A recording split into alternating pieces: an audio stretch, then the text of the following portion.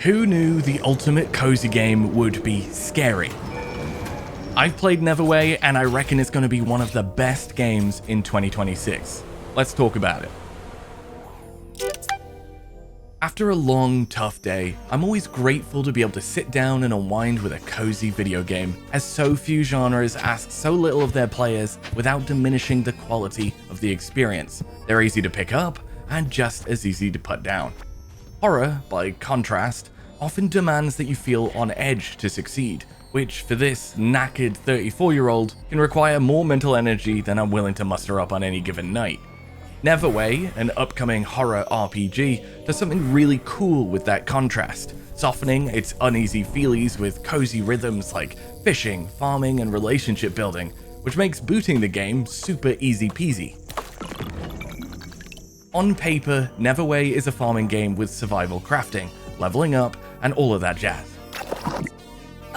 Whilst taking in the simple life, two realities start warping together, and you're somehow enlisted as an immortal herald to a dead god, and have to fight against all manner of badass beasties.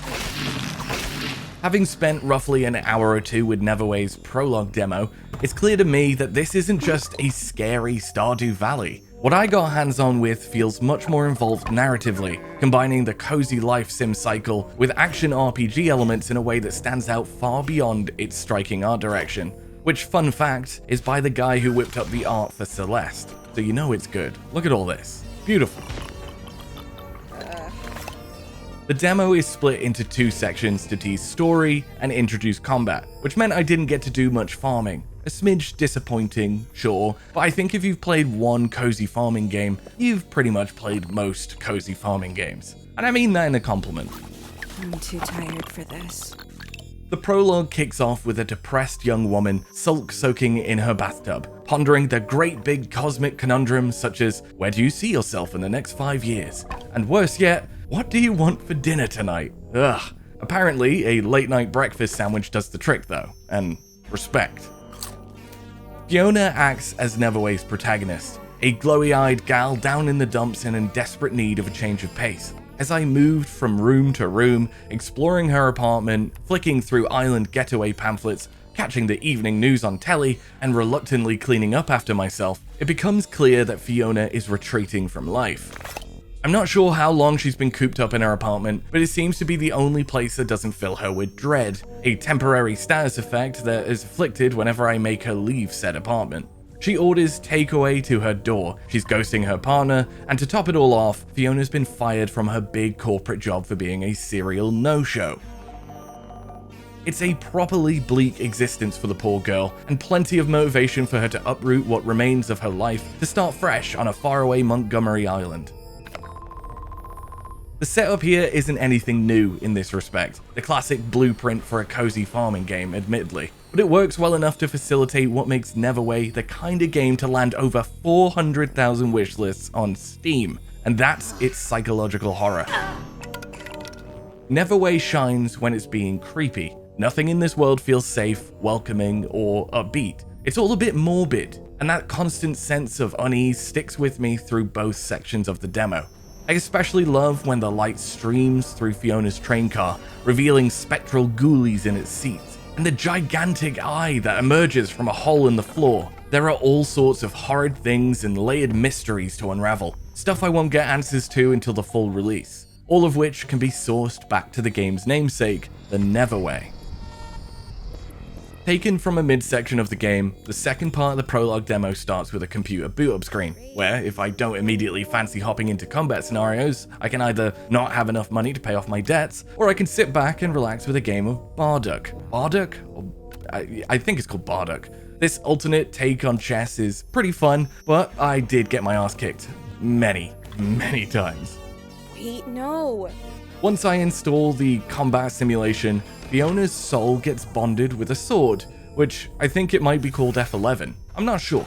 But in this digital realm, Fiona's IRL memories are blended together with her surroundings, and things get a little bit uncanny. How is it possible for a PC program to merge with the real world like this? I don't know.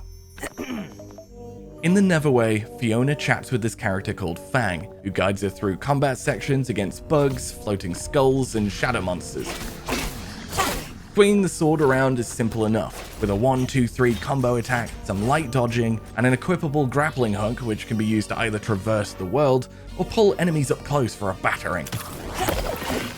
Fiona has a stamina bar too, which depletes with every action taken. Managing that and her overall energy levels is something I have to keep in mind as I take on each battle. It feels pretty good to fight too, in general. For every fatal bonk of my foes, I raise Fiona's violence level, which brings me to her skills page. Here I can track her levels, and with real-world experience to upgrade her social, crafting, and combat abilities via these 8 different skills. I played through the demo multiple times to see what would happen if I chose to lie instead of telling the truth in conversations, which enhanced either Fiona's trickster or charm skills.